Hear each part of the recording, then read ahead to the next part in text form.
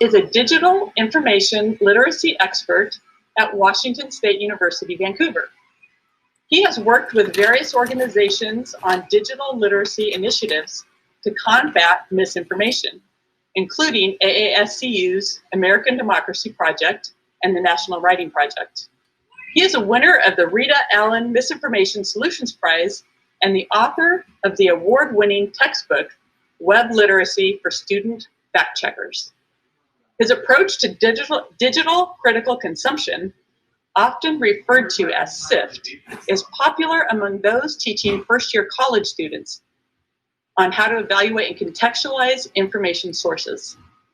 His work has been covered by NPR, The Washington Post, the MIT Technology Review, and the Chronicle of Higher Education.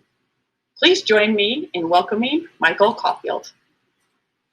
Thanks so much, Kim, and thanks everybody for showing up here, on this morning. In what I'm finding, I work with a lot of faculty, and I'm finding is sort of the lull of the summer, where everybody is I think, just sort of starting to come to terms with the massive workload ahead of all of us. And so I appreciate everyone that's taking out the time to come here.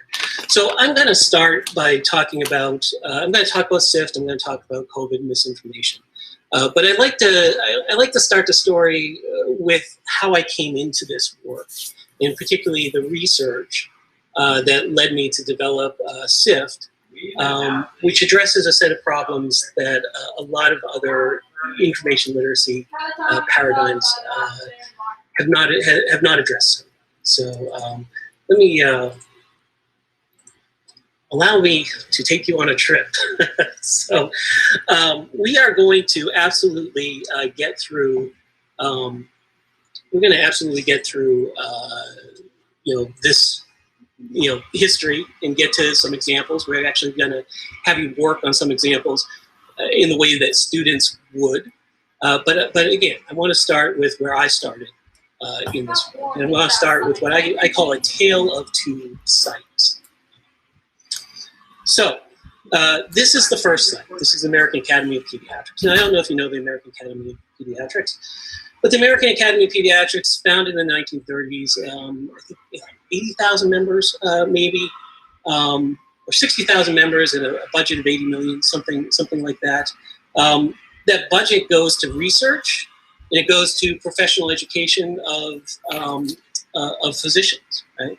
They run a journal, Pediatrics, widely thought to be one of the foremost journals about the health and well-being of children and adolescents.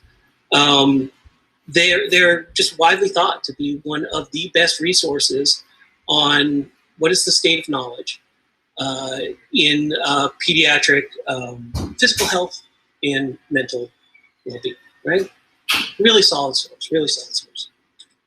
Here's another site. This is called the American College of Pediatricians. Now, the American College of Pediatricians goes back to 2002, I think, and they were formed not as a professional organization, right? So we mentioned that there are tens of thousands of members of the American Academy of Pediatrics. We don't quite know how many people are in the ACP, but we think it's between 200 and 500. They were formed as a splinter group when the American Academy of Pediatrics said that there was no evidence that the adoption of children by same-sex couples resulted in adverse outcomes. So the AAP released a statement. The splinter group sort of split off. They have a budget of something like $60,000 a year, and again, these figures are a little out of date. We don't quite know. And what they do, two employees, I'm not even sure they're both part-time, what they do is they simply write press releases that say American College of Pediatricians at the top of them, and then they put them out to newspapers and try to get statements from the American College of Pediatricians published, right? And in particular, they try to get things published with a sort of air of authority about these LGBT issues. The point here is not actually about the politics of these sites, right? I want to point out that one of the, it's about what they do, right? It's about about the agenda of the sites, right? The American Academy of Pediatrics has a research and education mission, and you can go and you can look at how they spend their really significant money. You see it's spent on research and education. It's got a lot of members in a way that allows them to present consensus opinions of the science around pediatric health, right? This organization isn't about presenting consensus scientific opinion. It's not about doing research. It's a political organization set up to achieve political goals, and that may be your thing, and it may not. But it's not the same sort of organization, and it certainly wouldn't be considered a useful source of research on these issues. So the politics is not the point, but just to point out, like that the level of extremity of this organization. Well, first of all, it's listed as a hate organization by the SPLC. But if that's not enough for you, if you're doubting, if you say, well, the SPLC throws a broad net sometimes, they've actually published, it still is up on their site, an article that says that LGBT should actually be PLGBT. I'll give you a minute to try to think, what could they possibly mean by that? Well, it should be named PLGBT because their belief is that pedophilia and the legalization of pedophilia is central to the gay agenda, right? So I just want to say, again, the politics is not the point, but we aren't taking like a slightly, off the road organization here or something. This is an extremist organization that puts out extremist literature and tries to create an impression of authority around that. So it should be easy to tell these two sites apart, right? This is, as I've said before about this is which site is a better source of information. To me, is something on the level of how many cans are in a six-pack. That's the sort of level of question that we're looking at here. So a friend of mine, Sam Weinberg, decided to see to what extent various groups of people could tell which was the better source of information. So he gave them put people on the web, gave them two articles, one from the American Academy of Pediatrics, one from the American College of Pediatricians. People are looking at these on the web. The articles are about how to approach school bullying, right? And the two different sorts of approaches to that. And the American College of, and basically told them, look, you got 5 minutes on each of these. Do whatever you do to figure out whether the site is reliable. And then tell me which one of these is a more reliable source of information on the specific issue of mental health of children and the dynamics of school bullying. Which one would you go to, right? If you were a school board member looking for information about how to treat bullying at school. If you want to read more about this in the actual paper, it's called Lateral Reading, Reading Less and Learning More When Evaluating Digital Information. And he put, I know the Stanford experiment probably brings, if you had prison in there, it's a different thing altogether. But it's a Stanford experiment in two ways. One, because it's run at Stanford by Sam. Two, because at least one of the groups was Stanford students that they used. And so they put these three groups of individuals in front of a screen with these sources and said, hey, which is a better source of information? And remember the difference between these groups, right? The foremost authority in the world, one of the foremost authorities of the world on pediatric health, and then a small 2-employee organization that exists primarily to push, I think, what is by any cut an extremist agenda, right? How'd they do? The first group up, professional historians. Sam chose professional historians partially because he's a historian himself, partially because historians, what they're kind of the consummate thinker about sources and documents, right? So, what historians usually do is they go through reams of documents and try to figure out, hey, what's the bias of the person writing this? Can this be trusted? So they get just sort of general critical thinking skills about documents. So you put the professional historians in this. When I say professional historians, by the way, some of these people are these are the people that get interviewed on the PBS specials. These are actually really high quality scholars in their field, and said, which one of these is more reliable? Ask Gabe for and here are the results, right? I'm literally I've gotten to the point of 50% said the American Academy of Pediatrics, and that's good, right? Just not fast 10% said the physical it's the American College of Pediatricians. I need stronger that's arms. not so good. And 40% just couldn't decide. Well, one is, one seems to be, they both have their strengths. Both have their strengths and weaknesses. I'm not quite sure, right? And again, remember what these sites are, right? Remember what these sites are. All right, next up, the Stanford students. So Stanford students, it's a pretty selective school down there, in the heart of Silicon Valley. These are people that go out and they run Google, right? These are people that should be really digitally literate, right? I mean, they're Stanford students. They're of that demographic. I think also one thing to note here is that they're in that demographic, their politics is not really going to be a barrier to this, right? Actually, their preferred site, apart from any of this, if they were just relying on confirmation bias, right, the preferred site would probably be the AAP. So what do Stanford students think here? Now, think a minute. Will they do better or worse than the historians, right? I'm not going to throw up a yes or no, but I just want you to think a minute before we go to the next slide. Are they going to do better or worse than the historians? What's this going to look like? And remember, we'll see the first part of that graph is going to be the people that chose the site that is the most reliable site.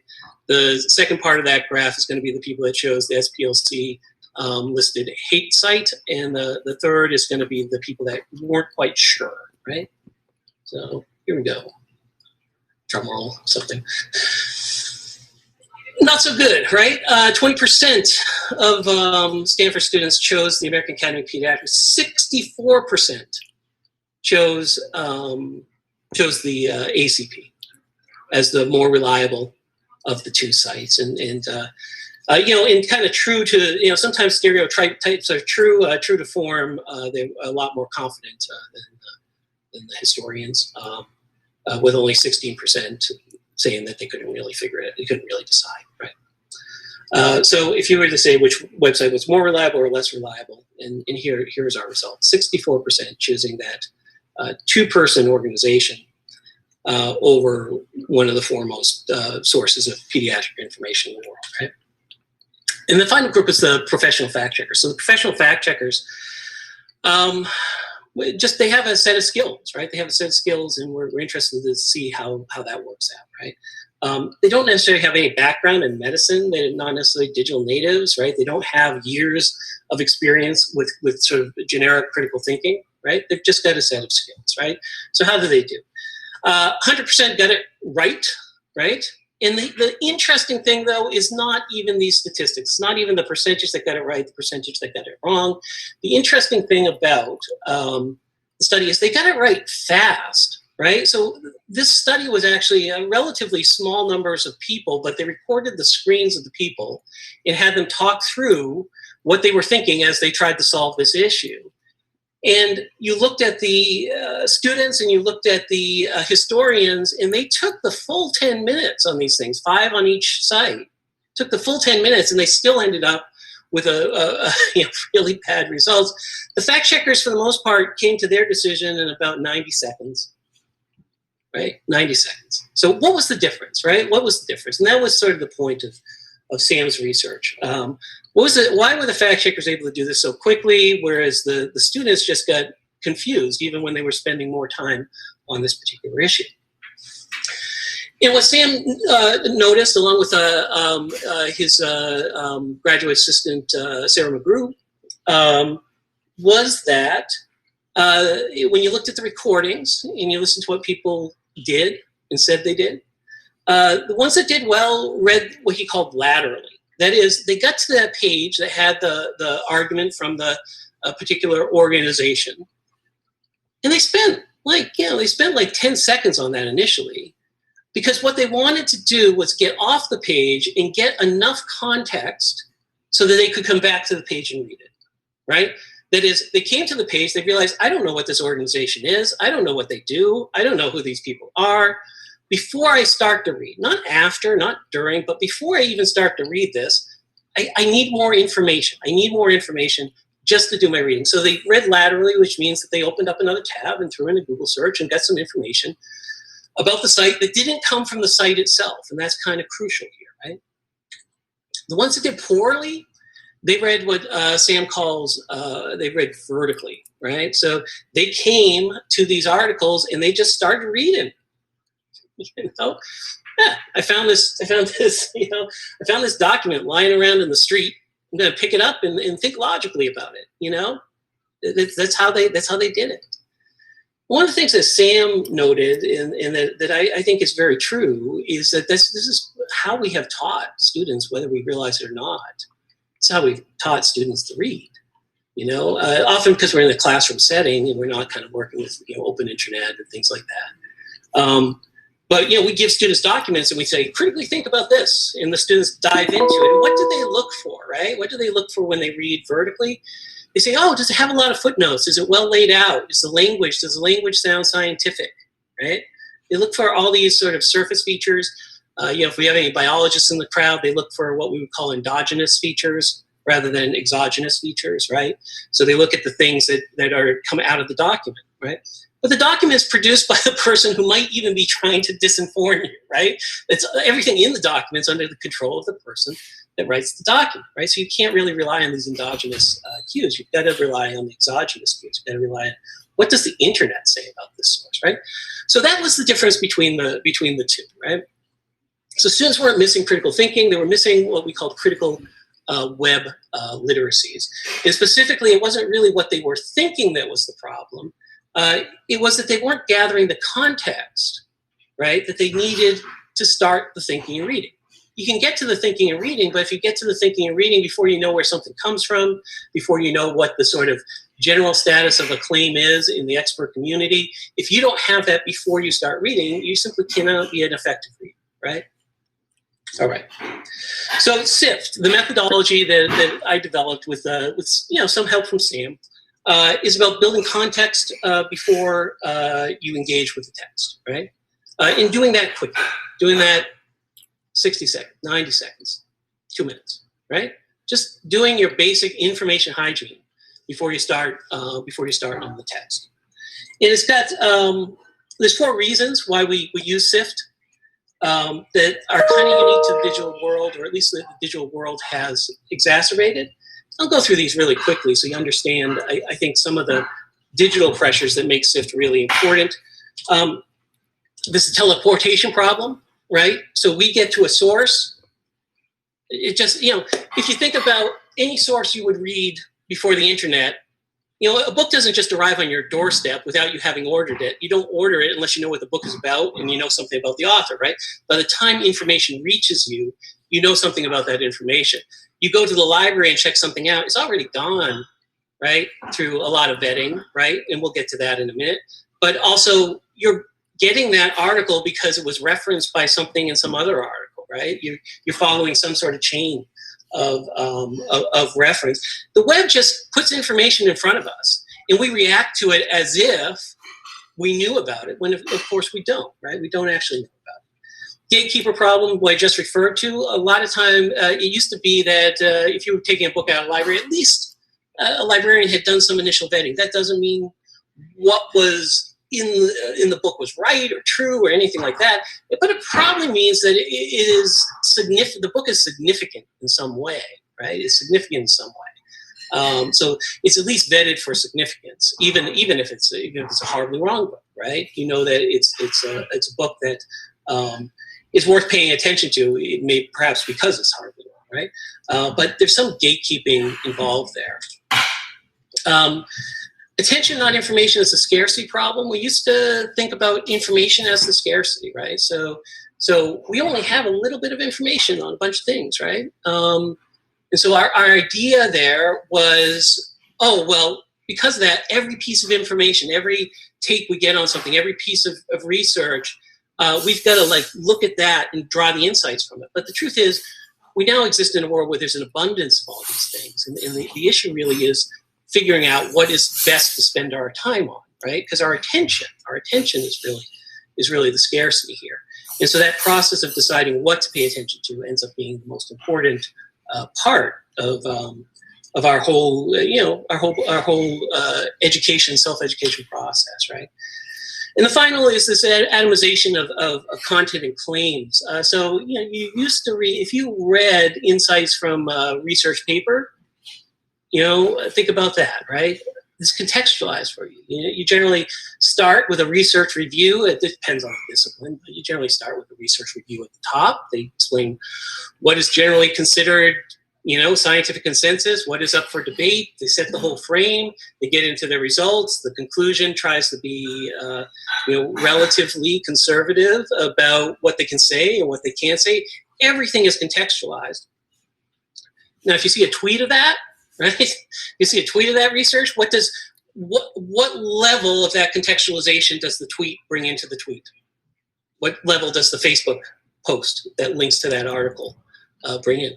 I mean, almost none of it, right? It strips out all the context that you normally would have to get through in order to process that claim, and it puts the claim in the sort of decontextualized, often falsely framed place, right? So all these trends have existed without digital, but digital accelerates these trends. Now, I am going to get to SIFT. I'm going to go through it really quickly, and then we're going to do some examples. But I'm just, Kim, did you say any comments or questions here that I might want to do? The link, okay, we'll provide the link to you. And yeah, people always bring up Fox News. We can talk about Fox News in the Q&A at the end of this. It's always one of those difficult discussions. But I think we'll go through the method and then come to some of the. I see the larger media environment as one of these sort of larger social issues that is sort of even above the sort of skills that we're teaching. But absolutely, we can have a conversation about that. All right. So really quickly, what is SIFT? SIFT is a set of things to do when you first hit a source. I'm going to go through these super fast, and then we're going to practice them, and they will all make sense when we practice them. So please do not worry if you're not getting this first time around. Although I think it's kind of, when you think about a lot of this, I think it will make a lot of sense on the first go-to. So you spend 90 seconds before you engage with something in any way. And you're checking your assumptions. Is what you're looking at what you think you're looking at, or is it something different? Should you move on to another source, or should you stick with this and maybe begin that sort of critical thinking process on it after having vetted it? SIFT stands for stop, investigate the source, find trusted coverage.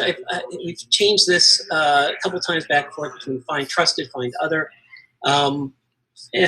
Whatever. It doesn't really matter. Find some other coverage. Preferably something trusted.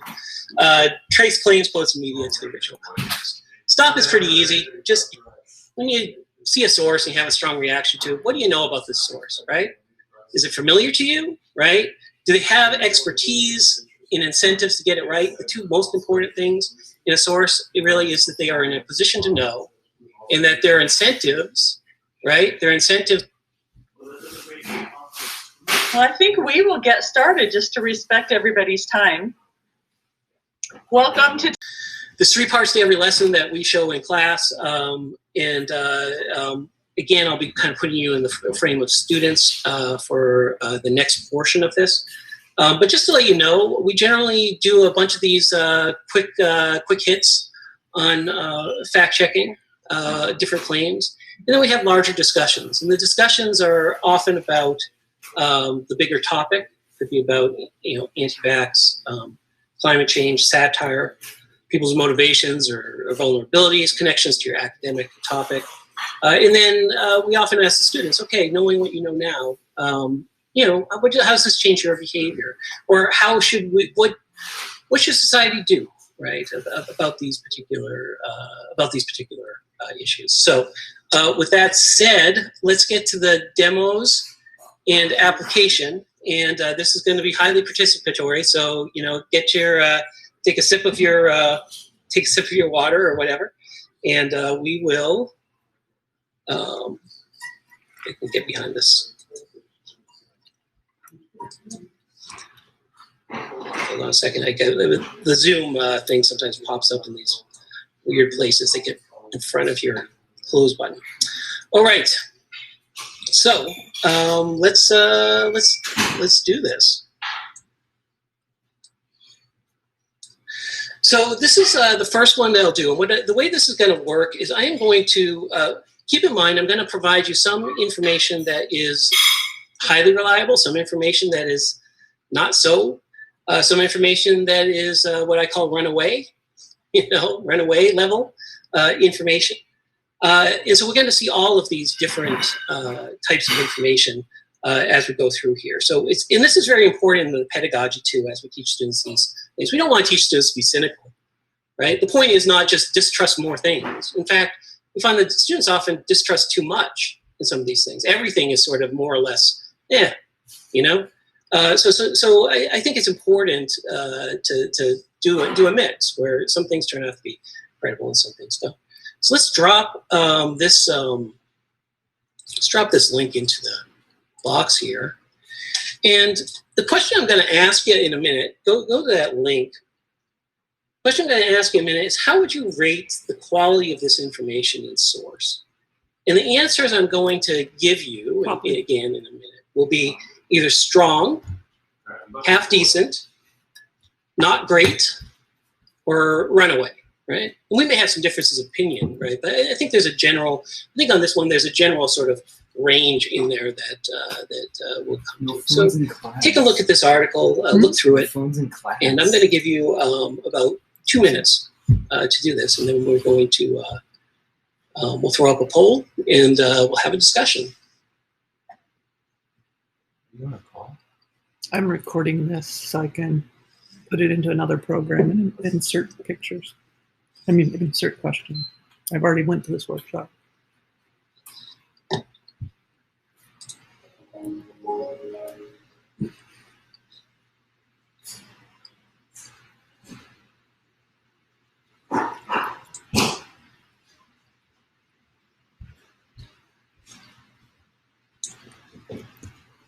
Booked before. I booked before.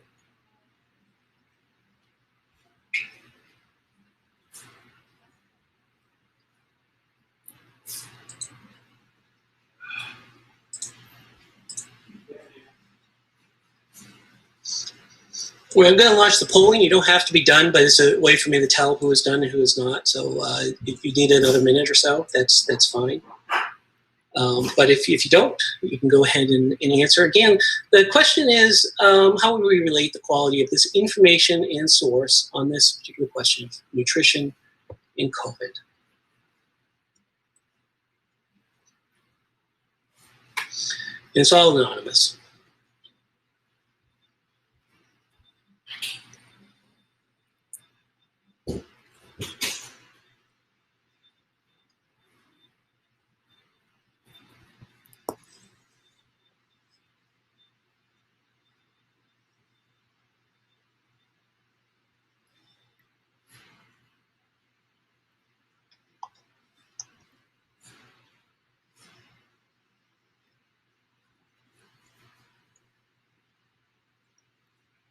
I'm going to tell you my opinion on this, and again, this is my quick 90-second opinion on it. It's not written in stone or anything like that, but I'll explain why I have my opinion. And so I want to make sure that people understand when I when I say this, and this is true when you're teaching the class. It's not a pronouncement, right? But I'm trying to show you how I think about the problem, at least in terms of this initial vetting, right? I'm not. I'm not a virologist or a nutritionist or any of these things. And how a person with expertise might think of this might be different. But your students actually don't have a deep expertise in anything, right? And they won't for many years, right? So this is how I think of the issue. So the way I would rate this. I rate it so. Stop this share. You mean meh? Well, actually, let me first talk a little bit about what students look at, kind of because we've taught them to. The first thing that students look at is they kind of look at just the layout of the thing, right? It's well laid out, right? It feels clean, right? It just feels really clean. They notice that there are some universities here, right? University of Western States, Institute for Functional Medicine, right? So that to them is authority, right? They see that as credibility. One of the things we've taught the students to do, and boy, do they do it! We see this in all of the recordings we have of students doing this stuff. One of the things they do is that students are taught to go down to the footnotes here, and students get very literal about things. There's always what you think you're teaching students, what students learn, and I will tell you what students actually learn is they look at this and they're like, "Wow, 87 footnotes. That means, that's like double plus good, right?" I mean, if it had 13 footnotes, that'd be one thing, but it's got 87 footnotes. That's really quite impressive, right? All right, so how do fact checkers look at this? And again, what we're talking about here is we're looking for how people without a deep professional research expertise, like not even like an undergraduate level expertise, but how people without a deep research level of expertise can make decisions about the quality of information. So this is how a fact checker would approach it. We would take Zoom bar is just getting in the way. It's a little too much. So take everything over here. We're just going to Wikipedia it. And what we notice immediately when we Wikipedia it is that there is an article on this particular journal, and initially, actually, it doesn't look so bad, and I think if you came this far, you learn two things actually from the sort of gestalt of this page. One of them isn't so bad. One of them looks pretty promising, which is it's got an impact factor of 1.3, which is the kind of the lowest impact factor where you really want to pay attention to things. It's less than 1. It's relatively unsighted. Less than 1 would be like proceedings of a regional nurses professional organization or something like that. That's kind of where that lays. But this looks like a real journal. It's 2015 impact factor of 1.3. Again, very low end, but looks half decent. But when we actually click into it,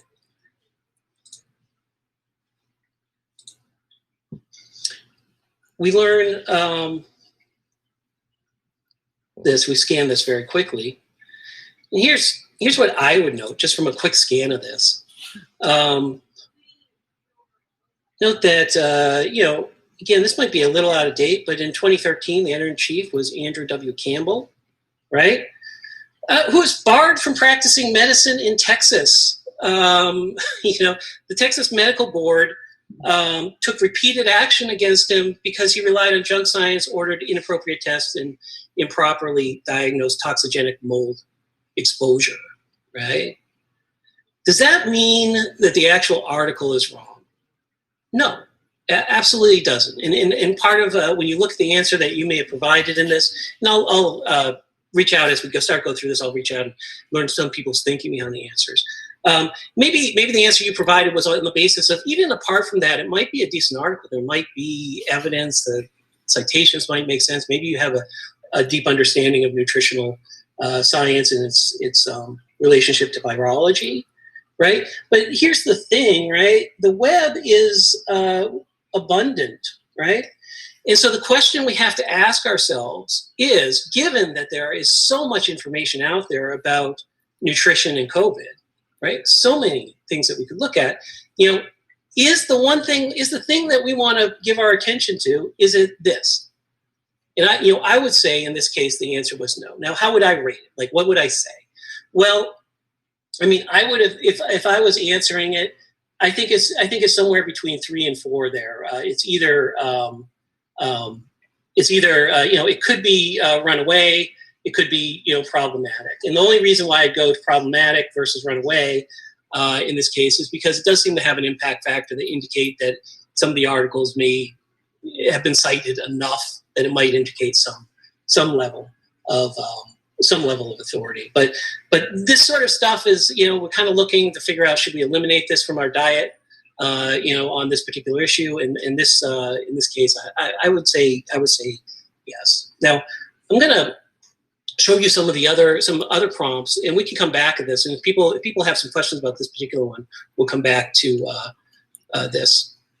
All right. People figured out the poll. Oh, I see. Okay, gotcha. All right. So let's continue along our journey here. We can, at this point, all of these things here, all of these things on screen are all different examples we can use. And generally, when I present, I kind of like to just feel out where we want to go with these.